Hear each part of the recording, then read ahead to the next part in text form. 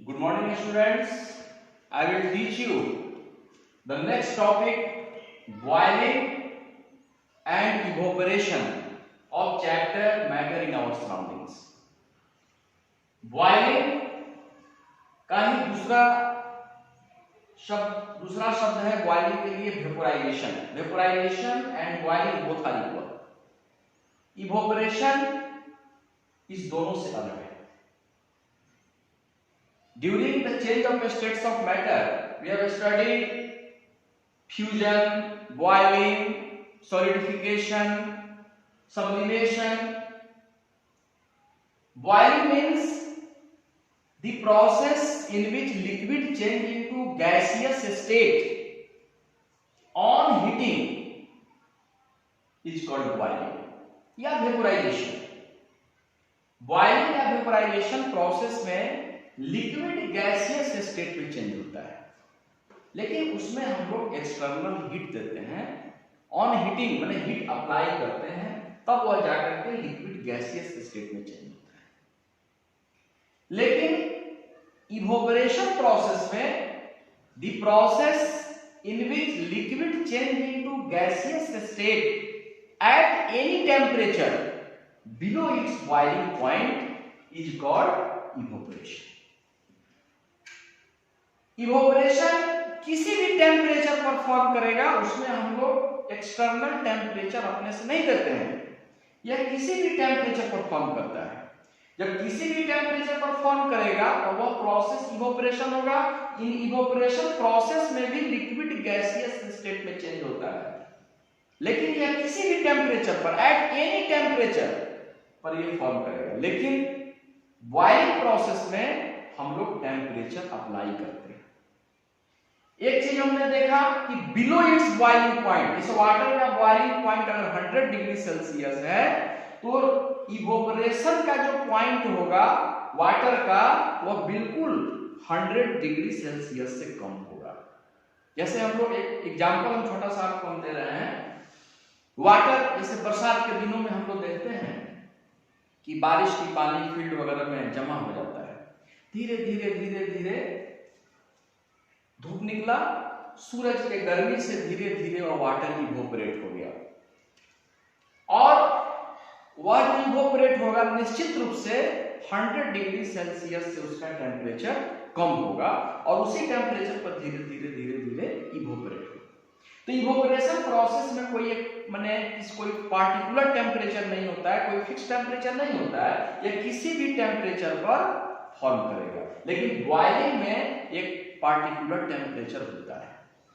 तो दोनों में फर्क हम लोग ने समझ लिया कि इसमें हम लोग ये भी प्रोसेस है लिक्विड से गैस में चेंज होने का, लेकिन एक पार्टिकुलर टेम्परेचर है, और ये ऑन हीटिंग हम लोग एक्सटर्नल हीट देकर के चेंज करते हैं. और यह किसी भी टेम्परेचर पर लिक्विड से गैसियस स्टेट में चेंज होता है, लेकिन उस लिक्विड के बॉइलिंग पॉइंट से इसका टेम्परेचर हमेशा कम है. इस दोनों में डिफरेंस भी है. क्वेश्चन आता है कि बॉइलिंग और इवोपरेशन में क्या फर्क है. तो पहला फर्क हमने देखा कि बॉइलिंग प्रोसेस एक पार्टिकुलर टेम्परेचर पर फॉर्म करता है. इवोपरेशन प्रोसेस का कोई पार्टिकुलर टेम्परेचर नहीं होता है. Boiling takes place at particular temperature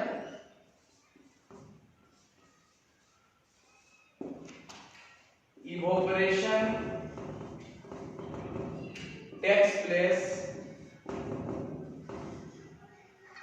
at any temperature.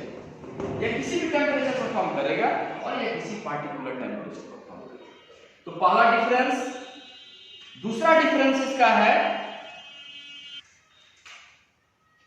Second, दोनों में डिफरेंस है कि boiling is a bulk phenomena. Bulk phenomenon evaporation is surface phenomenon. Bulk means total, संपूर्ण। जैसे किसी बीकर में अगर हम वाटर को हीट करते हैं तो हम देखते हैं कि उस वाटर का टोटल पार्ट, उसका संपूर्ण बॉयल होना शुरू हो जाता है, खोलना शुरू हो जाता है।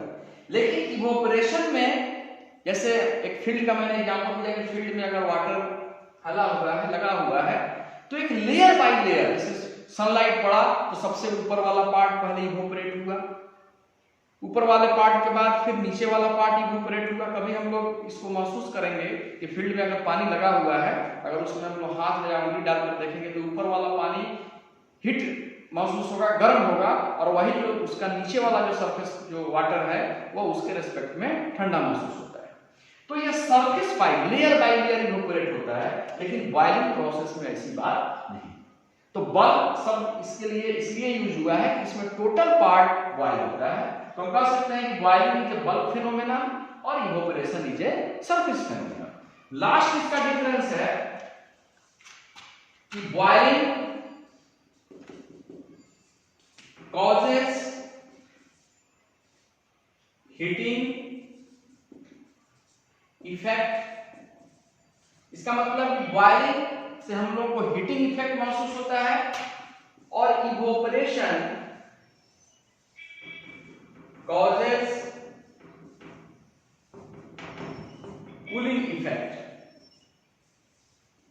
Boiling causes heating effect means अगर वाटर को हम बॉयल करते हैं, अगर उसको हम लोग टच करते हैं तो वो हमको हीट, वो हमको गर्मी का अनुभव देता है।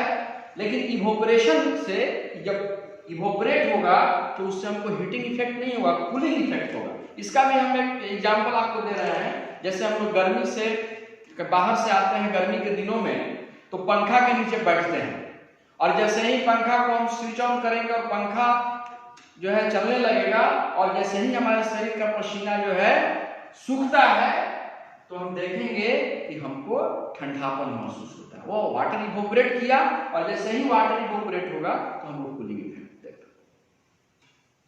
तो इसका अर्थ है कि इवोपरेशन प्रोसेस में हमेशा कूलिंग इफेक्ट होता है, और बॉइलिंग प्रोसेस में हमेशा हीटिंग इफेक्ट होता है।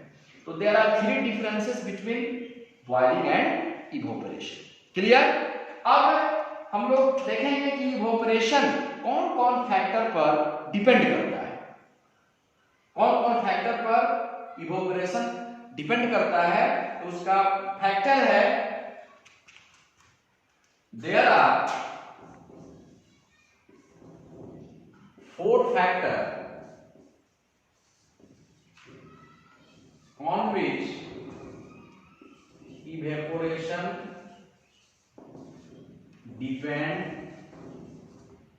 on। 4 फैक्टर्स हैं जिस पर इवोपरेशन डिपेंड करता है। सबसे पहला फैक्टर है सरफेस एरिया, नेक्स्ट है टेम्परेचर, थर्ड है ह्यूमिडिटी, और लास्ट है विंड स्पीड।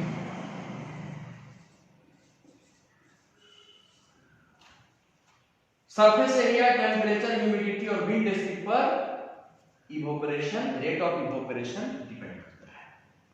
और हम लोग अगले वीडियोस में कैसे डिपेंड करता है इसके बारे में हम लोग स्टडी करेंगे कि कैसे सरफेस एरिया पर या टेम्परेचर पर, ह्यूमिडिटी पर, विंड स्पीड पर कैसे इवोपरेशन डिपेंड करता है। तब तक आज